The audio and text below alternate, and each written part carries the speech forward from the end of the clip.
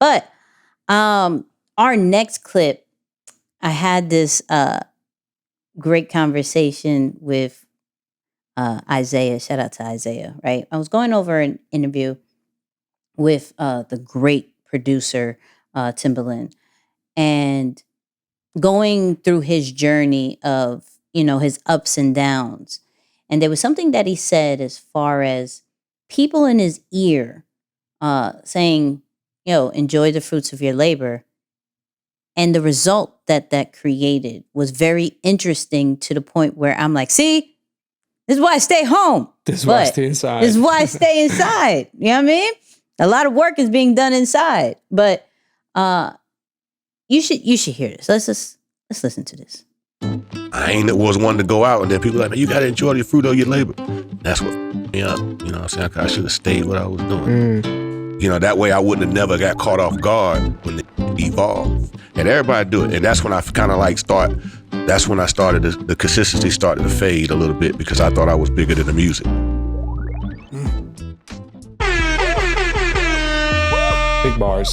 Big bars. Yeah. I don't want to say that this is maybe an absolute amongst everybody, but a large majority, I got to say, they eventually crack the code, and a lot of times they will stop doing the thing that got them to where they are. Mm-hmm. I don't know what it is about us as humans, but we work so hard. We finally find the formula that gets us there. We break through, and then once we're on the other side, we stop doing the very thing that helped us get to the other side. You could call it, we have this, and by the way, the reason why I'm saying that is because this literally happened to me, right? And I think that you get to a point where you start to feel as though I am so good at what I do, there's no way I will ever fall back to the level I was at, say, months ago or when I first started in my career.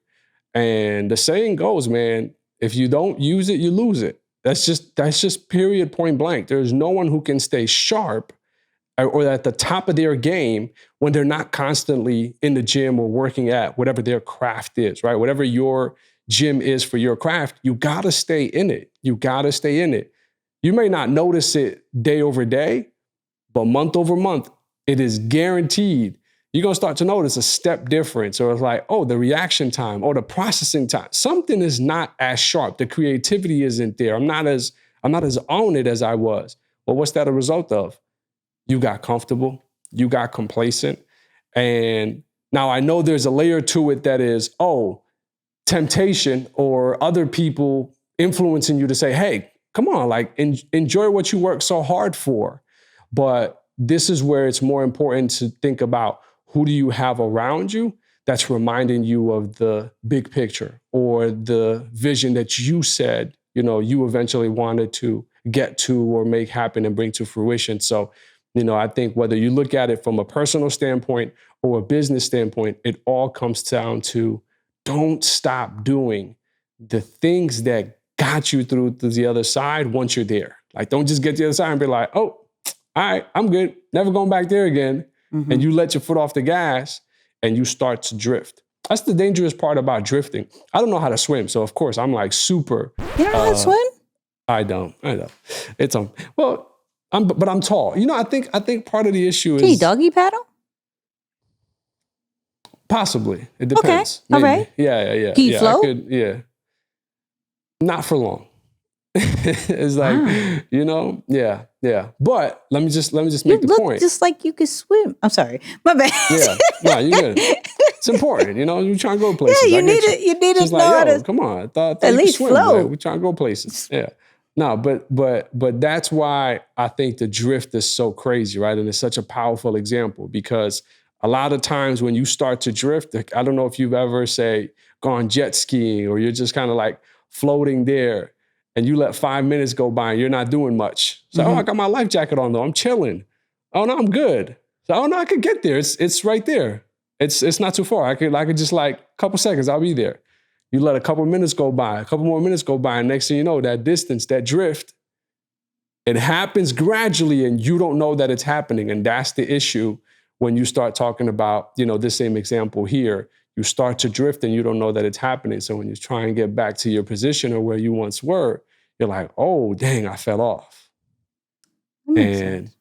yeah, That makes sense. I don't know if that's what you kind of saw or want to take with this one, but that's immediately where my mind goes when I think about it. No, I think I got a similar but a little bit different side when I heard this, because I really think this applies to those who want to stay competitive, right? Because I think when you reach a certain level of success, that some people do want to enjoy that, right? And so if they fall off, it's okay. They reach their level of success, right? They've been able to do what they wanted to do, and they keep it moving. Now, I do think this is something for those who want to stay competitive in their industry, where they want to stay on top of their industry, to where, you can enjoy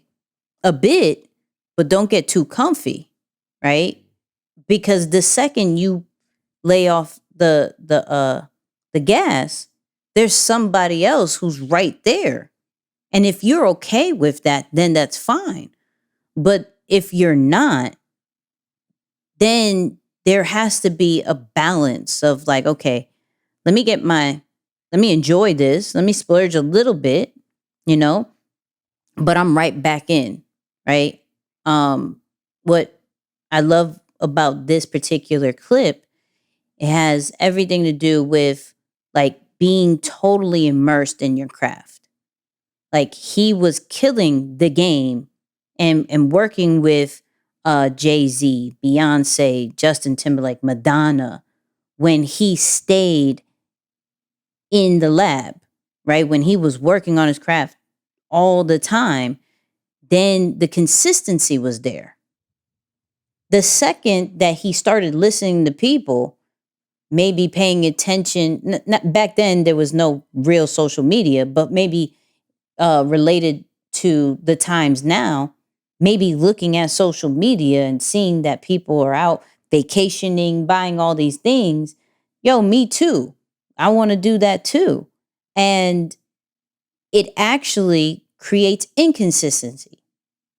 And that's something when we're looking at success, the true key to success is consistency. I don't care if you started from zero or whatever, the more that you do it, and you do it every single day, you're going to beat the people who do it once in a while.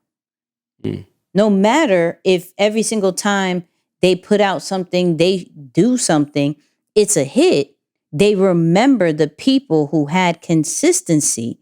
Because, cool, someone had one hit when we're thinking about Tim and music.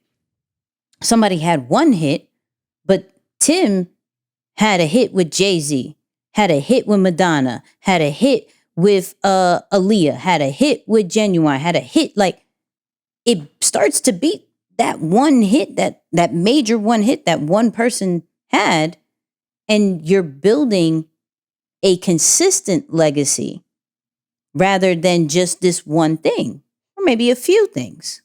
So if you're trying to be competitive and you're trying to always be in the top of the mind, understand there needs to be a balance of enjoying. I'm not saying work 24/7 and that's it and boom, boom, boom. But there are seasons where you have to be immersed in what you do. Mm-hmm, mm-hmm. And at least create a system to where when you are enjoying the fruits of your labor, you're not falling off. Like there was a key part where he was like, yo, if I stayed in the studio, I wouldn't have been left behind when things evolved. There's going to be new technology. There's going to be new hardware, software, new people, new connections, new way to network in any type of industry. And with him, because he laid off and he thought he was bigger than what he is, laptops and being able to do beats on your phone and You don't have to lug a big piece of hardware anywhere. You could do everything remotely. He had to play catch up. Yeah. He had to play catch up, even from just in his era, right? And for those people who are not into hip hop or understand it, I apologize. But this is where he said, yo, this is where the Swiss Beats started to beat me. This is where the Pharrells started to beat me, right? And producers where he was known as the top, then they started to come out because they saw that Tim laid off a little bit, right? And what we have to look at when it comes to us and our brands is, are we being consistent? That's the point blank period. Are we so immersed in what we need to do that we're working on it every single day, making it a priority every single day, whether you're competitive or not, so that people do not forget your name? That's it. At a point, they weren't mentioning his name. Not because he wasn't skillful, not because he wasn't the best, is because he wasn't there. He wasn't the top of the mind. When you looked at the charts, his stuff wasn't there no more. For you, the listener, the viewer, are we allowing space where people can forget our name and remember somebody else's and go to another brand, go to another business, go to another product service, right? That's the only way to reach true success in the levels that you want, is consistency. And consistency doesn't necessarily mean, for some, every single day. Is just a commitment to a set time. I'm going to do this every single Monday, Tuesday, Friday, right? Depending who you are. And like I said, from a competitive level, this is something I'm going to do every single day. Like I said, I don't, but some people will hit success and be okay with it. I know a few people right now that reached a certain level of success and have taken their foot off the gas and they're happy, right? But I don't know how happy they will be if there's somebody who passes them. There's somebody who makes more money than them. Somebody who gets more recognition than them. I don't know how happy they will be then. Right now, they're happy because there's no one that's there, but there's somebody behind the scenes working to reach that point. Because the thing is, when we are number one at something, or when we are known as the top tier, right? We have opened up a floodgate of other people being able to do what we do, right? We have created a whole different lane. And it's not from a negative way of, there's going to be people that pass us up. It's more of us being trailblazers of, we created something that other people weren't doing. And so now it allows them to be themselves and do exactly what you created, what you allowed that lane to be. But if you don't stay on top of your game, they're going to pass you. The student will pass the teacher. It happens all the time. If you're okay with that, then that's fine. Enjoy the fruits of your labor. Go on the vacations. Go do that. I'm saying, go just live your life. But if not, figure out a balance. Figure out that work-life balance.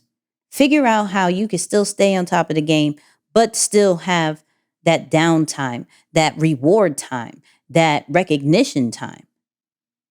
But it all boils down to consistency. If we don't have that, we don't really have anything. Yeah. Anytime you're trying to run away from the work, man, that's when you get in trouble.